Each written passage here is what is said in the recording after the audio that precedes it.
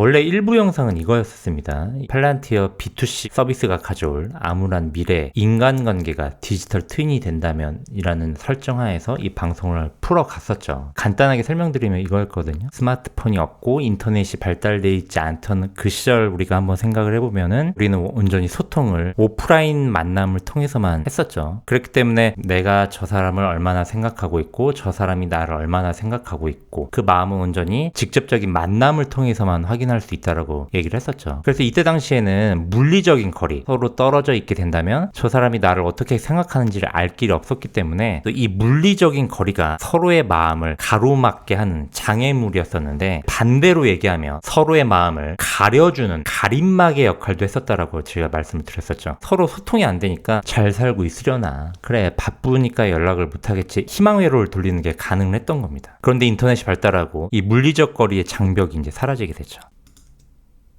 그러면서 나타나게 된 게 뭐였냐? 내가 상대를 생각하는 마음, 상대가 나를 생각하는 마음의 크기가 노골적으로 드러나 버리게 됐다는 거죠. 왜냐하면 365일 24시간 의사소통을 할 수 있는 시스템 안에 존재하잖아요. 그렇죠? 언제나 연결이 돼 있다 보니까 이 상태에서는 의사소통을 가로막는 장애물이 뭐냐면은 이때는 물리적 거리가 아니에요. 온전히 나의 의지입니다. 내가 연락을 안 받고 싶으면 안 받는 거죠. 이런 것들이 이제 나타나게 되는 거죠. 부재중 전화가 나타나고 카카오톡 숫자 1이 안 사라지고 익십이 나타나고, 이런 행위들 하나하나가 결국 무엇을 뜻하느냐?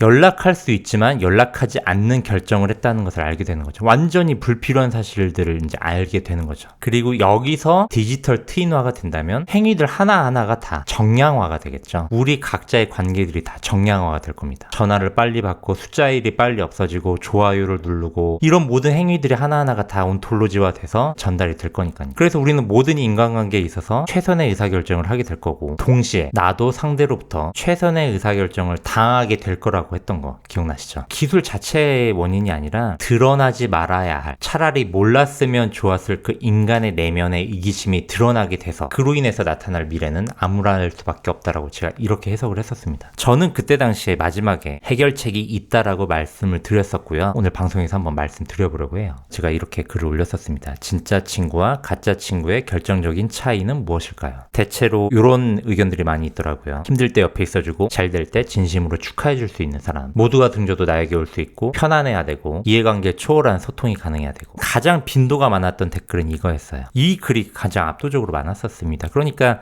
결국 이해관계가 초월되는 하나의 속성이라고 얘기할 수 있겠죠. 그러면 여러분에게 질문을 하나 드려볼 거예요. 여러분의 인생의 친구, 여러분에게 가장 소중한 친구 한 명만을 한번 떠올려 볼게요. 김철수라고 하겠습니다. 여러분의 진짜 친구. 자, 그럼 이 김철수는 방금 말씀드린 진짜 친구의 속성을 이 김철수는 갖고 있겠죠? 있을 거란 말이에요. 진짜 친구의 속성을 갖고 있기 때문에 여러분의 소중한 친구라고 생각을 할 텐데, 이런 일이 생겼습니다. 어느 날 갑자기 김철수에게 저 속성이 사라진 거예요. 집안에 뭐 상을 당했다거나 이런 일이 생겼는데도 불구하고 나한테 와주지 않았다거나, 결혼 같은 엄청난 경사가 생겼는데도 나를 축하해 주러 오지 않았어요. 김철수가. 우리가 흔히 말하는 가짜 친구의 속성이잖아요. 이런 상황을 가정을 해볼게요. 자, 그러면 김철수는 더 이상 여러분의 진짜 친구가 아니게 되나요? 김철수에게서 그 속성이 사라진다면 더 이상 진짜 친구가 아니다, 혹은 그래도 여전히 나의 친구다. 저도 아니다 쪽이 좀 기울어져 있는 상태입니다. 몇 분만 더 볼까요? 자, 아니다라고 말한 쪽의 의사결정, 이 의사결정의 논리를 좀 자세히 들여다볼 필요가 있는데요. 이런 거예요. 내가 저 사람을 진짜 친구인지 아닌지를 결정하는 그 속성의 비중이 상대에게 많이 쏠려 있다라고 얘기할 수가 있는 겁니다. 내가 좋은 일이 생겼을 때 나를 축하해주지 않는다면, 너에게 더 이상 편안함이 없다면, 너에게 계산적인 면이 보인다면 너는 친구가 아니다. 그 속성의 비중들이 주요 상대에게 있다라고 얘기할 수가 있겠죠. 이 의사결정의 논리를 따르면 그렇다는 겁니다. 두 번째 경우 볼까요? 김철수에게서 속성이 사라졌음에도 불구하고 여전히 나의 친구다라고 말하는 이 의사결정의 논리를 자세히 보면은 진짜 친구의 여부를 결정하는 그 속성의 비중이 상대에게 쏠려있지 않은 거예요. 내 마음이 더 중요합니다. 내 생각이요. 내 입장이 더 중요한 거죠. 속성이 사라져도 여전히 나는 친구라고 생각을 하니까. 그래서 이 두 가지를 자세히 보면은 이 전자의 경우 주요 속성들의 비중이 상대에게 다 쏠려있기 때문에 이 관계 자체는 상대 주도적인 관계가 될 가능성이 매우 큰 거예요. 그런데 반대 두 번째 경우에는 그 친구가 속성이 사라져도 여전히 나의 친구라는 것은 진짜 친구의 여부를 결정하는 그 속성의 비중이 상대적으로 나에게 쏠려있게 되는 겁니다. 그러니까 내 주도적인 관계가 될 가능성이 높아진다라고 말할 수가 있겠죠. 그러면 일부에서 했던 이거, 여기서 아까 말씀드렸던 이런 속성들이 지금 다 보면 뭐죠? 전부 다 상대의 속성이에요. 나를 피하고 있다는 그 행위, 그걸 보고 지금 상대와 나의 관계를 규정하려고 지금 하고 있는 거예요. 자, 그러면 상대의 행위 하나하나에 의해서 이 인간관계가 결정되는 거, 주도권이 상대에게 넘어간 상태에서 이 상태에서 디지털 트윈이 되잖아요. 그러면 무조건 외로워질 수밖에 없습니다. 무조건 우울해지고 허무해질 수밖에 없게 돼요. 왜냐, 디지털 트윈이 된다는 것은 계속 연결이 되는 거잖아요. 저 사람과 내가. 그럼 결과적으로 내 마음에 들지 않는 상대의 속성들이 분명히 있을 거예요. 그 속성들이 보일 때까지 계속 나랑 연결이 될 겁니다. 누구를 만나든 간에. 이 관계를 지금 온톨로지로 그려보면 이렇게 됩니다. 여기서 이제 되게 중요한 포인트가 하나 있습니다. 일부 영상에서 뭐라고 얘기를 했었냐면, 인간관계가 디지털 트윈이 되면 될수록 인간의 이기적인 내면이 드러나게 돼서 판도라의 상자가 열리게 돼서 우울해지게 되는 거라고 제가 설명을 드리긴 했었는데, 사실 근본적으로 보면 그렇지 않아요. 지금 인간관계의 온톨로지를 정의를 잘못한 겁니다. 그러니까 이 온톨로지 자체는 상대의 행위에 의해서 친구가 결정되는 온톨로지예요. 근데 사람은 누구나 이기적인 면을 갖고 있고 심지어 가족조차도 이기적인 면을 갖고 있습니다. 그런데 그게 발견이 될 때까지 연결이 되겠죠. 디지털 트윈 기술이 발전이 되니까. 그런데 나는 상대의 속성에 의해서 인간관계가 결정되는 방식으로 이 온톨로지를 만들어 놨기 때문에 데이터가 연결이 되면 될수록 가짜 친구의 비율이 압도적으로 높아질 수밖에 당연히 없게 되겠죠. 이 인간관계가 지금 주도권이 상대에게 넘어가 있잖아요. 그러면 내 인생의 결정권에 있어서 인간관계가 차지하는 부분에 있어서만큼은 내 인생의 결정권이 사라지게 됩니다. 그러면 당연히 우울해질 수밖에 없게 돼요. 원래 자신의 인생이 자신의 마음대로 컨트롤이 되지 않을 때 사람은 스트레스를 받게 되고 우울해지게 됩니다. 그래서 이 문제 해결책은 어떻게 해야 되느냐? 인간관계의 온톨로지를 다시 정해야 됩니다. 문제가 오히려 더 악화됐기 때문에. 원래 실제 팔란티오에서도 이렇게 합니다. 온톨로지를 대강 만들어 놓고 솔루션을 구축을 했는데 해결이 안 될 경우에는 온톨로지 자체를 다시 구축을 해야 돼요. 그래서 다시 한번 온톨로지를 한번 정의를 해보려고 합니다. 개인적인 얘기를 하나 잠깐 해볼게요. 이런 상황이었습니다. 철수한테서 연락이 왔어요. 그런데 10년 동안 연락이 한 번도 없다가 결혼한다고 청첩장을 보내온 거죠. 심지어 저는 서울 근처에서 살고 있었는데 부산에서 결혼한다고 연락이 왔습니다. 이거는 전형적인 가짜 친구의 속성이죠. 자기가 필요할 때만 연락을 한 거니까. 그 사이에 저에게 어떤 힘든 일이 있었거나 저에게 좋은 일이 있었을 땐 단 한 번의 소통도 없었거든요. 여러분, 이런 상황에서 결혼식 가시겠어요? 저도 절대 안 갑니다. 진짜 질색이거든요. 저도 절대 안 가죠. 가도 그때 잠깐만 보고 또 다시 연락 분명히 끊길 거예요. 그쵸? 그런데 이상하게 그날따라 제가 생각이 좀 약간 평소와 다르게 돌아가더라고요. 그래서 청첩장을 받은 순간 어떤 생각이 들었었냐면은 보고 싶은 거예요. 그 친구가 오랜만에. 그러니까 이 친구가 10년간 연락도 안 하고 진짜 자기 필요할 때만 연락을 한 거죠. 결혼식에 와달라고. 그리고 분명히 결혼식 간다 하더라도 분명히 연락을 안 할 거라는 걸 전 알고 있어요. 그런데 이상하게 그날따라 그냥 그 친구가 보고 싶은 마음이 든 거예요. 그냥. 그래서 제가 어떻게 행동을 했냐면은 휴가 중이었는데 그 휴가 중에 소중한 시간을 일부 떼내서 부산까지 내려가서 그 친구의 결혼식에 갔어요. 그리고 그 친구를 오랜만에 보고 무슨 생각이 들었냐면은, 그래, 그래도 이왕 결혼하는 거 앞으로 행복했으면 좋겠다라는 생각이 든 겁니다. 지금 이 순간만큼은. 그러니까 이 두 번째 관점으로 제 머리에 회로가 돌아갔던 거였죠. 그냥 제 마음에 집중을 한 거예요. 나에게 도움을 줬던 안 줬던, 내가 힘들 때 와줬던 와주지 않았던, 네가 나를 이용하려는 마음이 있든 없든, 그 친구의 계산적인 태도들이 분명히 머릿속에 떠오르긴 하는데 그냥 그 생각을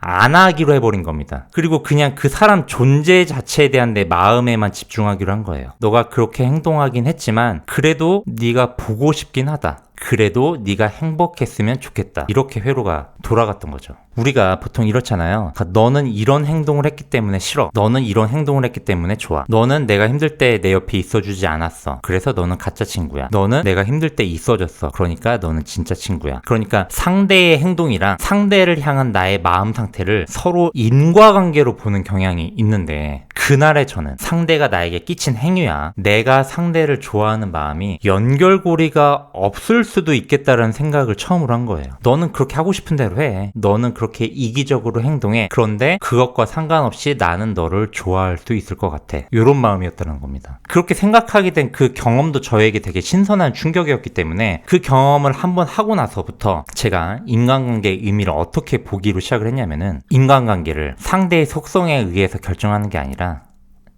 그냥 그 상대 존재 자체를 좋아하는 마음만 보기로 한 거예요. 상대가 나에게 어떻게 행동을 하느냐, 그 행위와 무관하게. 그때부터 저는 이제 진짜 친구의 속성을 이렇게 정의를 하기 시작한 겁니다. 상대의 행위와 상관없이 상대 자체를 좋아하는 마음. 단 1%라도 좋아하면 진짜 친구다. 이런 식으로 정의가 되기 시작을 한 거죠. 그러니까 온톨로지가 이렇게 그려지더라고요. 상대에겐 여러 가지 속성들이 있겠죠. 내가 안 좋아하는 속성들도 분명히 섞여 있을 겁니다. 무수히 많이 있을 거예요. 그런데 생각하지 않기로 한 거죠. 그리고 내가 상대를 좋아하는 마음만, 그거 자체로 진짜 친구로 정의가 되게끔 온톨로지를 만든 겁니다. 그러니까 이제부터 어떻게 되기 시작하냐면은, 내 의지로 진짜 친구를 만들 수 있게 되고 내 의지로 인간관계를 구성할 수 있게 되겠죠. 자연스럽게 나의 인간관계는 진짜 친구가 많아지게 됩니다. 그리고 인간관계에 있어서 차지하는 부분에 있어서만큼은 내 인생의 결정권이 생기게 되죠. 그렇게 되니까 자연스럽게 우울감이 줄어드는 방향으로 온톨로지가 구성이 되게 되더라고요. 그러면 그날따라 왜 머리 회로가 그렇게 돌아갔던 걸까? 한번 생각을 해봤던 거죠. 그날따라 왜 나는 그렇게 그 친구를 포용적으로 바라볼 수 있었는가를 생각을 해보니까, 상대를 포용할 수 있는 마음의 여유라는 온톨로지를 저 자신에게 하나 달았던 겁니다. 그랬던 것 같아요. 여유라는 온톨로지가 저에게 하나 있었던 것 같습니다. 여유의 마음을 통해서 상대의 행위와 무관하게 상대 자체를 좋아하는 마음을 가질 수 있게 됐더라고요. 그리고 그게 결과적으로 진짜 친구로 이어지게 되고, 인간관계 구성으로 이어지게 되고, 인생의 결정권으로 이어지게 되고, 우울감이 줄어드는 방향으로 가게 된 거죠. 그랬더니 재미난 상황이 생기는 거예요. 단 1%라도 좋아하는 마음이 있으면 진짜 친구가 될 수 있으니까 결과적으로 모든 사람이 다 친구가 되는 거예요. 그동안에는 그렇게 다 쳐냈었는데, 너는 이게 싫고 너는 저게 싫고 너는 저게 싫고 다 쳐내다 보니까 진짜 친구는 거의 없구나, 심지어는 사라지기도 하는구나, 이런 사고의 관점이었었는데 이제는 그 반대가 된 거죠. 그러니까 이게 되게 신기한 인간관계 온톨로지인 거죠. 왜 신기하냐, 우리가 보통 인간관계 온톨로지라고 하면 서로가 주고받는 데이터를 생각을 하잖아요. 저한테 이 여유라는 온톨로지를 하나 만들어 놓으니까 그 사람을 좋아하는 마음이 1이라도 존재하면 인간관계 온톨로지가 완성이 되는 구조가 돼버린 거죠. 그래서 이거는 어떻게 보면 인간관계 온톨로지가 아니라 그냥 이 세상을 바라보는, 이 사람을 바라보는 저의 어떤 마음에 대한 온톨로지였던 거예요. 그냥 제 마음의 여유라는 온톨로지를 하나 달아놨는데 그게 인간관계 전체 온톨로지를 다 바꿔버리게 된 겁니다. 진짜 친구의 속성들, 여러분들께서 이런 속성들이 있어야 된다라고 이제 댓글을 달아주셨는데, 자세히 보면은 다 상대의 속성들이죠. 그 상대가 이렇게 해야 되고 이렇게 해야 되고 이렇게 해야 되고, 지금 제가 설명드린 새로운 인간관계 온톨로지의 관점으로 본다면 여기서 저는 여러분들에게 이렇게 질문을 해볼 수 있을 것 같아요. 여러분은 상대를 진짜 친구로 대했던 적이 있냐는 거죠. 관점이 완전히 바뀌는 거죠. 상대가 여러분을 진짜 친구로 느끼게끔 여러분이 상대를 진짜 친구로 대했던 적이 있냐는 거예요. 우리가 이 질문을 받았을 때 우리는 전부 상대의 속성을 떠올렸습니다. 그렇죠? 이런 답변들을 주셨는데, 제가 지금 말씀드린 온톨로지의 관점으로 얘기를 한다면 이 속성들은 상대의 속성이 아니고요, 우리가 갖춰야 될 속성인 거예요. 힘들 때 옆에 있어주고 잘 될 때 진심으로 축하해줄 수 있는 게 우리가 그렇게 할 수 있어야 된다는 겁니다. 개념이 완전히 바뀌게 되는 거예요. 그래서 제가 이 질문을 처음 드렸을 때 이제 댓글들이 진짜 많이 달렸거든요. 딱 한 분만 저의 온톨로지 세계관과 일치하는 분이 있으셨습니다. 그분이 이렇게 대답을 하시더라고요. 이 새로운 온톨로지 인간관계에서는 답변이 이렇게 나오게 될 겁니다. 제가 진짜 친구인지가 더 의문입니다. 이분만 자기 관점으로 이야기를 하시더라고요. 딱 한 분 봤어요. 이렇게 얘기하시는 걸요. 뭐 정답이 있는 거 아닙니다. 새로운 인간관계의 온톨로지 관점으로 설명을 드리는 거죠. 그래서 제가 제시하는 새로운 인간관계 온톨로지의 정의는 이렇습니다. 상대가 어떤 속성을 갖고 있던 간에 그건 고려 대상이 아니고요, 여러분이 가짜 친구로 다가가면 그 사람은 가짜 친구가 되는 거고요, 여러분이 진짜 친구로 다가가면 그 사람은 진짜 친구가 되는 겁니다. 제가 제시하는 인간관계 온톨로지에서는 이렇게 데이터 해석이 바뀌게 된다는 거죠.